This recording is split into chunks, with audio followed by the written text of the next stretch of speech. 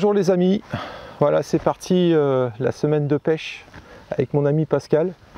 Donc là on vient d'arriver, on est arrivé hier soir dans les Vosges, à l'étang de Paquis, plus connu sous l'étang de Secours, les étangs de Secours, Secours 1, Secours 2, où il se réalise de grandes rencontres. Il y a eu les Crazy dernièrement que Fabrice Casimir a gagné, félicitations Fabrice. Les Coupes de France, enfin pas mal de compétitions, c'était vraiment un site aménagé pour la compétition, mais moi bien sûr je vais venir en pêche de loisirs. J'avais vraiment envie de pêcher cet endroit, ça fait partie des choses c'était mes objectifs, voilà un objectif atteint.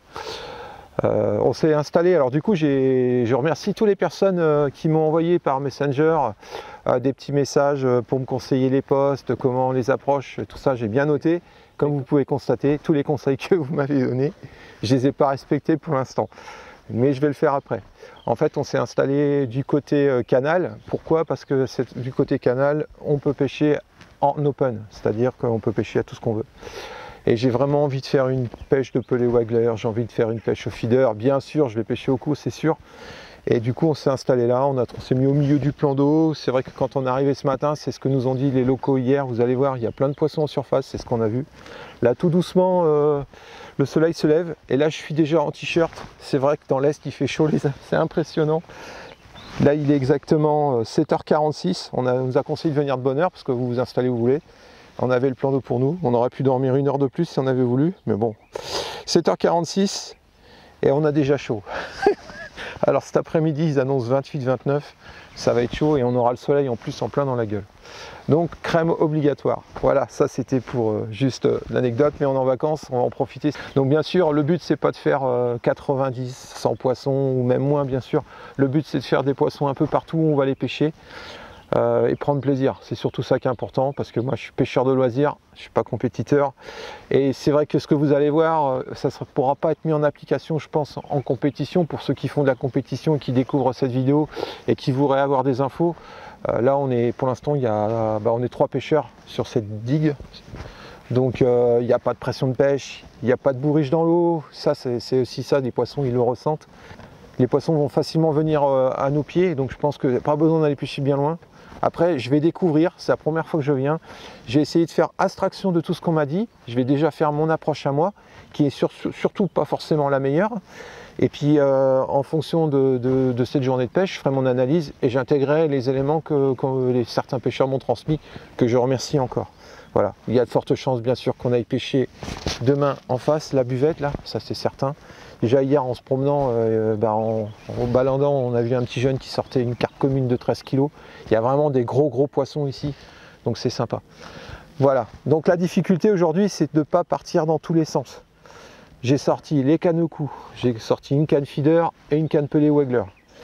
Alors, avec ça, je vais justement pouvoir essayer mes mixopins. Hein, ils sont préparés, j'ai mis ça dans des sacs sous vide, comme ça je ne suis plus embêté, je n'ai pas besoin de les congeler. On va pêcher avec les Enzos, ceux que vous avez vu déjà des vidéos l'année dernière. Ça c'est certain que je vais essayer, je vais m'éclater. Ensuite le feeder, un peu le feeder méthode comme vous connaissez, hein, avec des petits pelés de chez Sonubets. Donc là j'ai sorti des fines perfectes, voilà.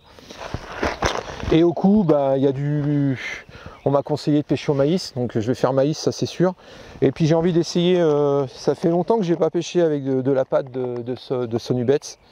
Donc j'ai un paquet de Power Scopex en one-to-one. One-to-one, je ne suis pas trop fort, mais je pense que j'étais plus habitué avec les produits Sonubets à la fibre. Bon, pour l'instant, ils en font plus. Mais du coup, je vais essayer la one-to-one pour voir, juste pour voir en fait. Hein, c'est pour me faire mon opinion sur le produit. Et puis voir, je pense que c'est bien adapté par rapport aux profondeurs, mais encore, je n'ai pas sondé, donc je ne peux pas vous dire exactement comment je vais pêcher. En tout cas, c'est sûr que vous avez une bande de roselières sur les côtés, je ne vais pas me prendre la tête. Hein. Là, je vais essayer ce soir, du coup du soir, je pense que les poissons vont venir automatiquement. Enfin voilà, donc la difficulté aujourd'hui, ça va être c'est une journée découverte. Hein. On va se mettre dans... Je pense qu'il y a beaucoup de pêcheurs comme moi qui arrivent sur un plan d'eau, qui ne savent pas trop comment aborder la chose. Donc j'espère que la vidéo montrera un peu mon approche. Donc comme je vais y aller franco, comme c'est la première fois, forcément c'est sûr qu'il y a des bêtises que je vais faire, mais c'est normal, c'est la pêche, hein, c'est en pratiquant qu'on apprend et en se servant des conseils des autres aussi. Donc là c'est le mauvais exemple parce que là j'ai eu plein d'infos et volontairement je me force à pas les, je vais pas dire pas les respecter, mais je vais essayer de faire mon opinion d'abord et puis après je vais me recadrer par rapport à ce que j'ai eu comme info hier. Voilà. Mais bon là on est comme je disais hein, en aparté, vous êtes sûr et certain, c'est pas du tout la même pêche. C'est pas là il n'y a pas de pression, les approches vont être totalement différentes. Là c'est de la pêche de loisir, on va se détendre. Et ça j'ai pu le voir au travers de ma petite expérience de compétiteur quand j'ai fait un peu de compétition, quand j'ai fait les qualifications de la Coupe de France, quand je suis arrivé sur le plan d'eau, les premiers jours à l'entraînement, ça rentrait les bacs, on faisait du fiche et au fur et à mesure, tous les jours que les pêcheurs, plus en plus de pêcheurs arrivaient sur la berge, la pression devenait difficile et c'est là où on voit le talent de certains pêcheurs qui arrivent malgré la pression, malgré les pêcheurs à sortir et à finir dans le top 10 on va dire. Voilà. Donc c'est ça. Donc c'est pour ça, attention par rapport à ce que vous allez voir, ça va peut-être vous paraître une pêche facile pour un pêcheur de loisir. Mais vous faites attention quand même, voilà, parce que c'est comme des poissons éduqués à la pêche, qui sont souvent pêchés, il y a quand même une pression de pêche, et quand il y a des compétitions, c'est full, quoi, avec des gens qui ont du talent, donc les poissons sont éduqués, quoi. Voilà. Donc là, je vais préparer un peu tous mes appâts, on va boire un petit café, puis on se revoit au cours de la pêche et comment je vais aborder les choses.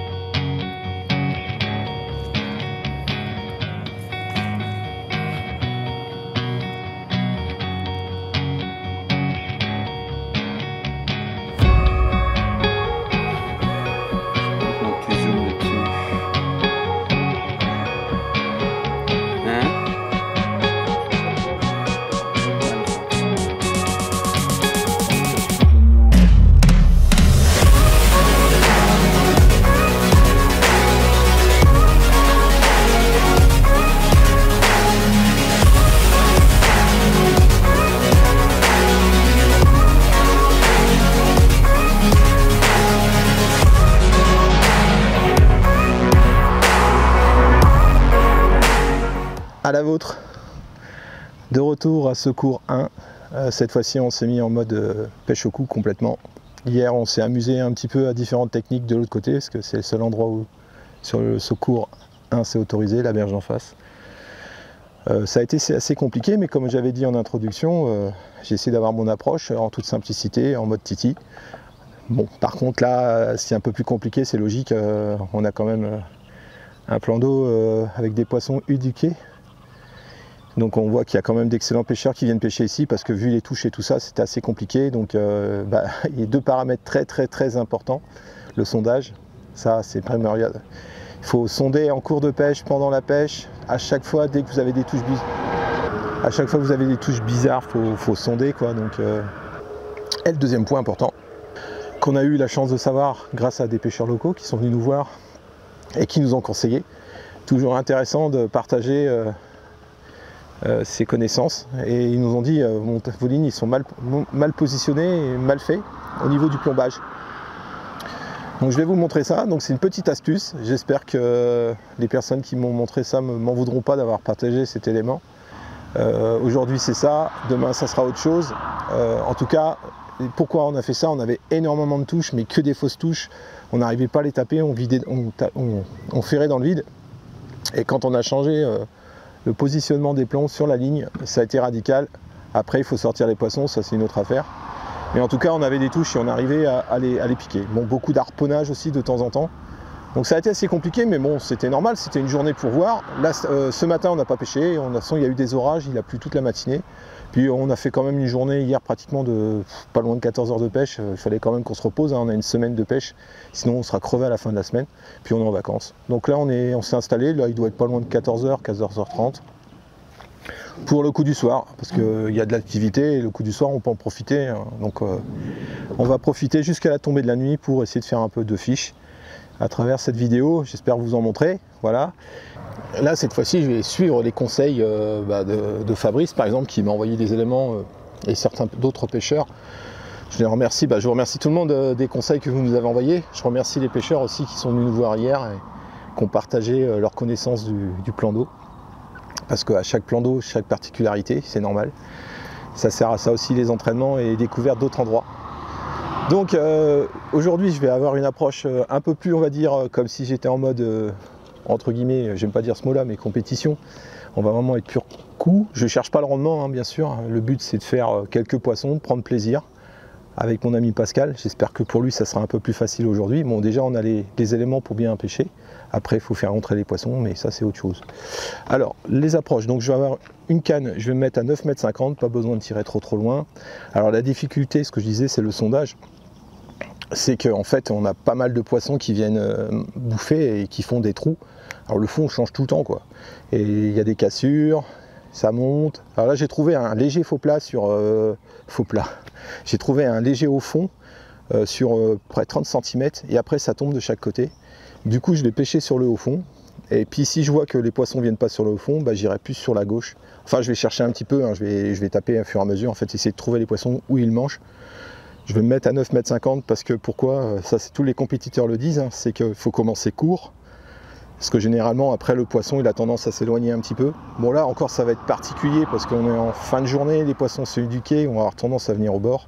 Mais en tout cas je vais avoir la même pratique que font les compétiteurs en carpodrome, c'est-à-dire commencer à 9,50 m et allonger si nécessaire, mais pas plus quoi. De toute façon à 13 mètres c'est nécessaire d'y aller, mais c'est pas une pêche confortable, en tout cas pour moi quoi. Voilà. Pour les lignes, donc, et bien sûr, là, sur ma gauche, je vais pêcher à 1 mètre des roseaux. J'ai voulu aller après des roseaux, mais on m'a déconseillé d'y aller parce que dans ce secteur-là, il y a une trouée. On risque, c'est pour faire les poissons, mais les perdre à chaque fois dans les roseaux, je vois pas l'intérêt. Donc je vais me mettre une zone de sécurité d'1 mètre. Par contre, pour la partie au bord, parce qu'il faut vraiment ferrer et brider les poissons, je vais prendre la Cedrum, la Power Multimargine. Et je mets debout, là je vais être à... Voilà, donc avec un gros élastique monté en 28 centièmes, parce que là il faut pas négliger, hein, il y a quand même beaucoup de gros poissons à faire. Et donc faut pas sortir des élastiques de 1,6. Hein. Faut carrément, je pense que le bon compromis c'est entre, allez, on va dire entre 2,4 et 2,8. Et puis voilà quoi. Donc pour les lignes, alors la petite astuce, j'espère que les compétiteurs m'en voudront pas, qui m'ont partagé ce petit secret. Malheureusement ça sera plus forcément un secret, mais après chaque pêcheur a ses approches aussi, mais si vous avez plein de fausses touches, en tout cas ici c'est la technique à faire. Donc alors je vais quand même vous donner le bon exemple parce que là c'est pas le cas. Voilà. Donc en fait on avait plein de fausses touches, donc ce qu'il faut faire en fait tout simplement c'est mettre tous les plombs, les grouper. Alors il y en a qui mettent un plomb de touche et après ils refont un écartement de quelques plombs. Moi j'ai tout groupé à 20 cm de mon hameçon. Et comme ça vous êtes tranquille, au moins vous arrivez à firer le poisson et l'avoir en contact. Sinon vous faites des ferrages dans le vide. Et c'est radical, hein, ça a marché tout de suite. Voilà. Donc ça sera comme ça pour les deux autres kits, parce que je ne vais pas monter non plus 50 000 kits, c'est pas la peine. Donc une pêche à 9,50 m en face de moi. J'irai soit à gauche, soit à droite, comme je disais, sur un haut fond, et sur la droite avec la canne Cedrum, la multimargine, à 1 mètre de la roselière. Maintenant, concernant les appâts, il ne faut pas se prendre la tête. Alors j'ai essayé à la patte, hein, j'ai fait un poisson, la carpe de 14 kg à la patte, j'étais super content. J'ai voulu insister à la patte et ça marchait plus. Donc du maïs, hein, du maïs doux. Donc là, les compétiteurs vont rigoler, mais on est en pêche de loisir, il n'y a pas de pression. J'ai sorti 4 boîtes de maïs doux. Il faut y aller, hein, faut agréner, hein, faut randonner. Donc vous remplissez votre coupelle, tout simplement, coupelle de Sion, un rat ici.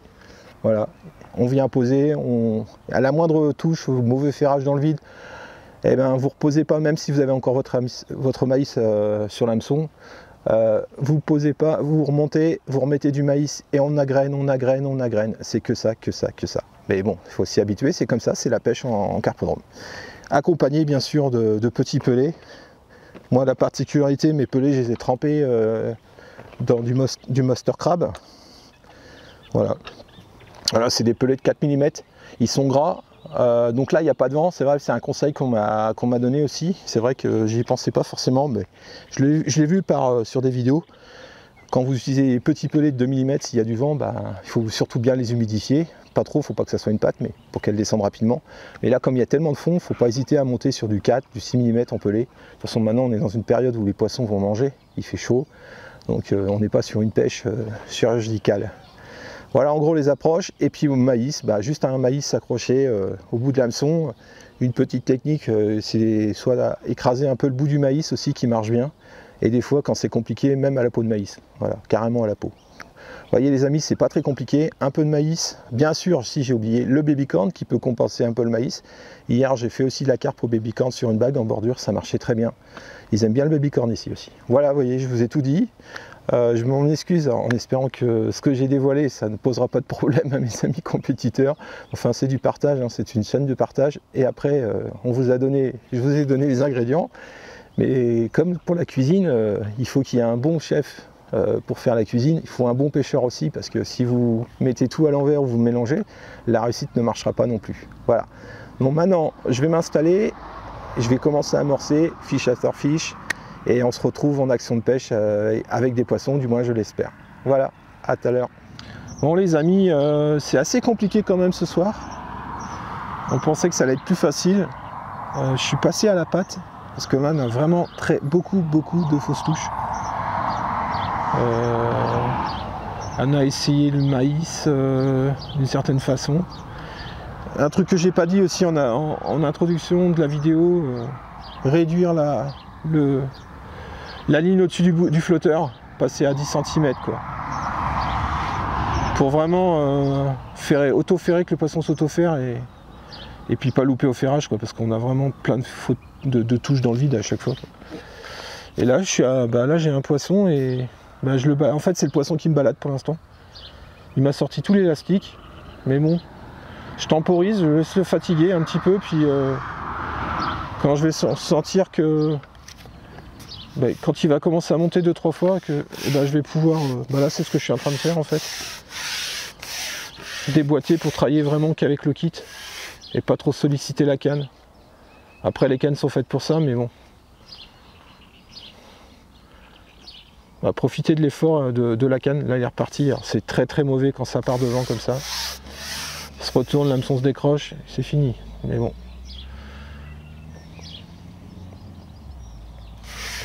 Là, on prend notre temps, hein, je veux dire, les touches. Parce qu'il faut au moins se ferrer 20 fois avant d'en faire une. Donc elle sonde. Alors je sais pas si c'est un gros poisson ou pas. Mais un comportement où je l'ai harponné aussi, c'est possible. Parce que là aujourd'hui, on harponne quand même pas mal. En tout cas, je suis assez content. Franchement, la canne, elle assure. Hein. Si vous aviez des doutes pour faire des pêches de spécimens avec la Eurocarp puissant, la XS, la série 2, franchement, on a de la réserve, c'est vraiment une canne qui est faite pour le spécimen.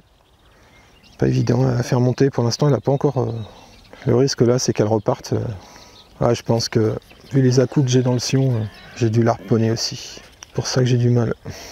Allez, on est reparti pour un tour. À 9,50 m. Joli poisson. Magnifique. C'est un joli combat. Hein. Oh là là.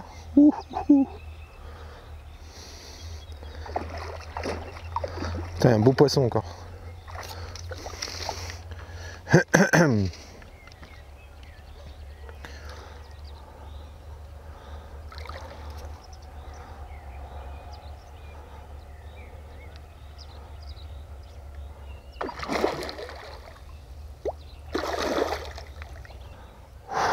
C'est une tuerie. Comme vous pouvez voir, elle se laisse pas faire. Ça sonde et tout. Ça fait des sacrés combats.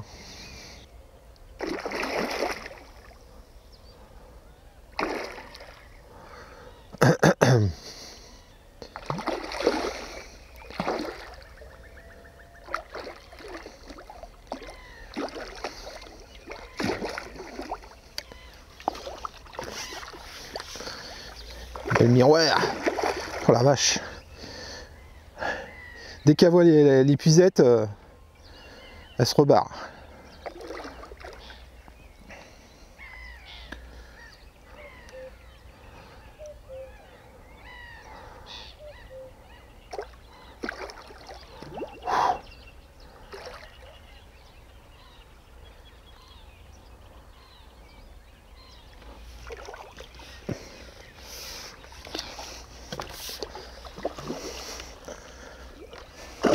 Ah, le truc à pas faire.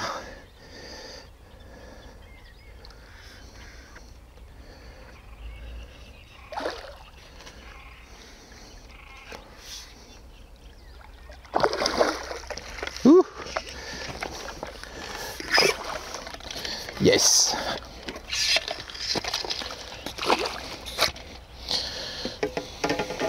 Bon les amis, toujours pareil sur le coup à 9,50 m. Là je suis repassé au maïs.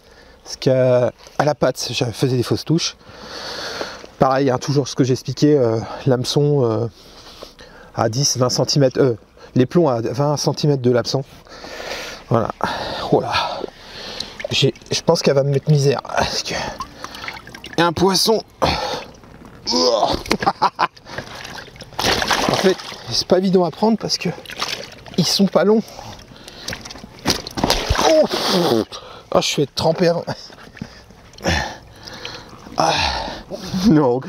Ah, yes. Voilà les amis. Poisson de 12 kg. Cool. Et c'est lourd, hein. C'est bon? Oui. Voilà, allez, je pense que c'est sûrement la dernière. Le clap de fin de secours. Voilà. Alors, je vais peut-être en profiter. On va laisser passer le tracteur qui fait du bruit. Je vais en profiter quand même pour remercier les propriétaires, les locataires ou propriétaires du plan d'eau pour leur gentillesse, pour leur accueil, l'accueil des pêcheurs aussi. Franchement, les locaux sont super cool, ils partagent et tout. Si j'ai fait des poissons, c'est grâce à eux aussi à eux. Donc un grand merci. Et puis je vous invite, hein, en pêche de loisirs, si vous voulez vous faire plaisir à la canne au cou, c'est un truc à faire. Hein. Faut venir à secours les amis. Alors attention, prévoyez les dates. C'est tout le temps plein les week-ends, des compétitions. Donc il faut faire comme nous, il faut venir la semaine. Voilà, allez, on va ramener ce poisson dans son élément. Allez, à plus. Salut les amis.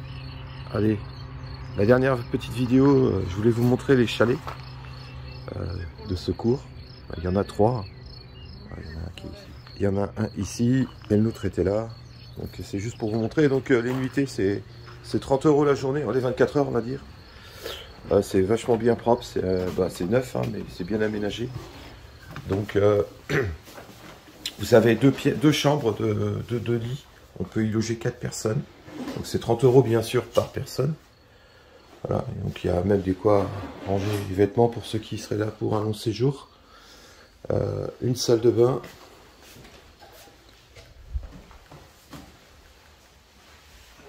Le chalet qu'on avait, celui-là est adapté vraiment pour les personnes qui ont des mobilités réduites. C'est le seul qui est adapté pour ça. Les deux autres, ils ont des douches dans chaque chambre.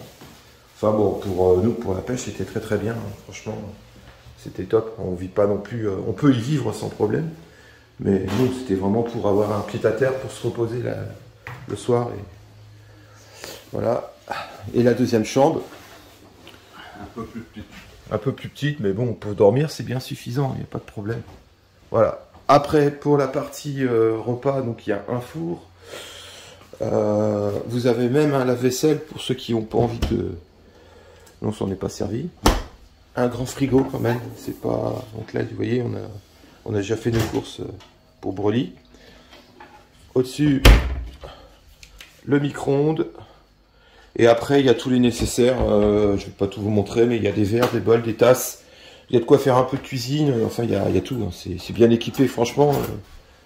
C'est top. Voilà. Et avec une super vue. Donc là, en fait, en face, c'est l'étang pour les moucheurs. Voilà, les amis. Petit séjour secours se termine. Nous, on va bouger. Alors, le petit bilan de ces 3 jours, parce qu'on a fait 3 nuits, mais on n'a pêché que 2 jours. Écoutez, bon, je suis quand même content. Bon, la pêche a été vraiment difficile.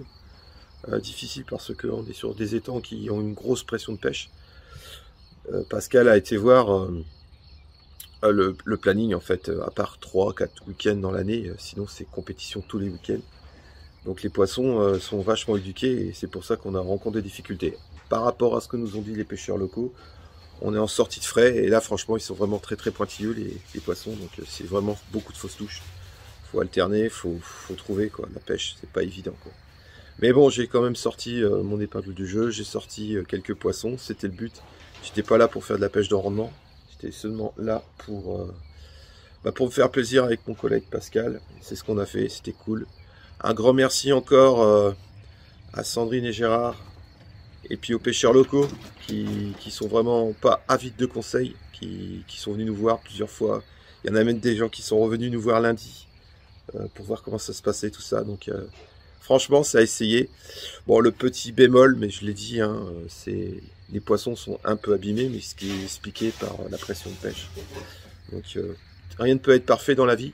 Mais en tout cas, celui qui veut essayer, qui veut tenter, c'est quand même l'opportunité aussi de pêcher des gros poissons à la grande canne, dans des profondeurs très importantes. Voilà. Nous, on continue. Moi, je vous dis à très bientôt pour une prochaine vidéo. Et surtout, pour Brully, on continue l'aventure avec Pascal. Allez, ciao.